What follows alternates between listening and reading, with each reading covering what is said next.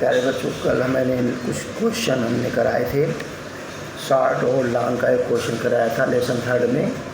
आज second, third और third question आपको दे रहे हैं। सेकंड, थर्ड और फोर्थ, सेकंड, थर्ड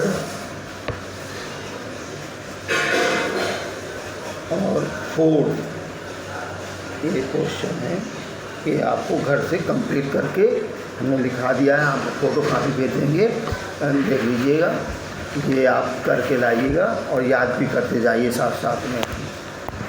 लिखा है, पहला क्वेश्चन है, write a note on the Indian civil service as organized by the British to rule their Indian territory के अंतर्गत इंडियन सिविल सर्विस में क्या लिखा गया है। देखिए, आपको संक्षेप में पहले बता दें, जैसे आप लोग इस समय जानते हैं IAS PCS, उसी तरह अंग्रेज़ों के समय इंडियन सिविल सर्विस ICS के नाम से जानते थे, जिसका पूरा नाम इंडियन सिविल सर्विस था। ये अंग्रेज़ों के द्वारा बनाई गई प्रशासनिक सेवा थी।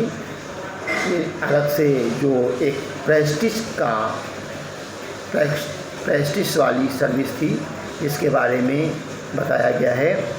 इन the beginning the company officials and employees included traders and clerks who discharge the duty of the administrative officer as well. They were low paid and so insufficient and corrupt. Robert Clive and Warren Stinger tried to wipe out corruption through the regulation, but they failed organized and efficient civil service. सबसे पहले Robert Clive और Warren stingers ने भ्रष्टाचार को मिटाने के लिए अंग्रेज़ों के शासनकाल में ये प्रयास किया था, जिसके लिए सिविल सर्विस की नियुक्ति की थी, लेकिन वो फेल हो गए थे। उसके बाद Lord Cornwallis is recorded as a real founder of the British civil services in India. He introduce the strict regulation for the official. He banned the private trade by the companies officials and raise their salary. In due course of time these officers became the highest paid civil servant in the world. The prestige and highest salaries of these services began to attract young men of the aristocratic families.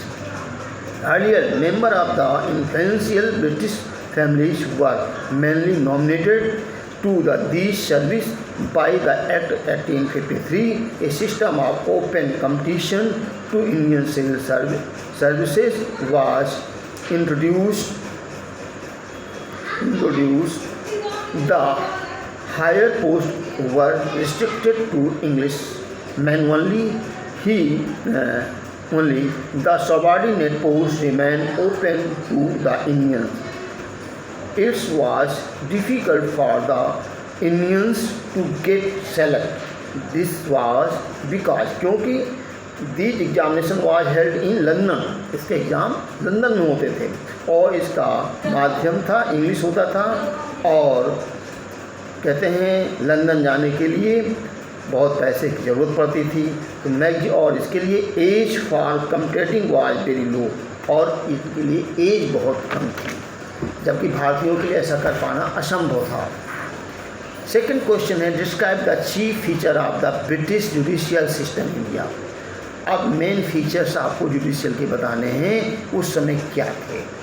वैसे इसमें 4 हमने लिखे हैं, आप लोग उसे देखेंगे, जहाँ न समझ में आए पूछ लेंगे। इसमें है ब्रिटिश जुडिशियल सिस्टम में, the British judicial system stabilize in rule of the law and law in India, which mean that all people were equal before the law. All distinctions based on caste and religion were done away with. The British judicial system had the following characteristic features. First है enact law, replace customary law. Second है judicial uniformity was established with the quantification of laws that apply to both the ruler and ruled. Legislation became very expensive, hence out of the reach of the poor masses. Fourth है, although the judicial system professed equality before the law, the Europeans were tried in a special court by the British. Fourth है, what is the importance of Pitt's India act. अब Pitt's India act भारतीयों के लिए क्यों important है, इसके बारे में इसमें बताया गया है। लिखा है William Pitt's Act 1784।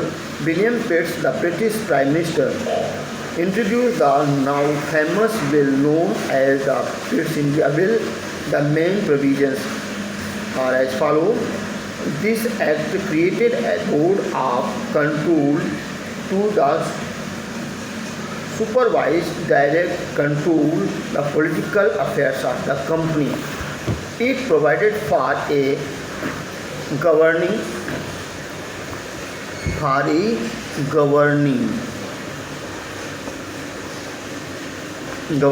council consisting of 3 directors, which was to replace the code of directors in political and military matters.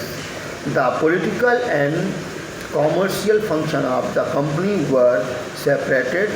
The expenses of the board of control were to be borne by the company.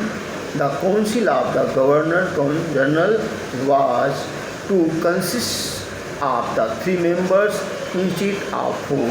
One of them was to be the commander-in-chief of India. The governor general was to be appointed by the directors with the approval of the crown.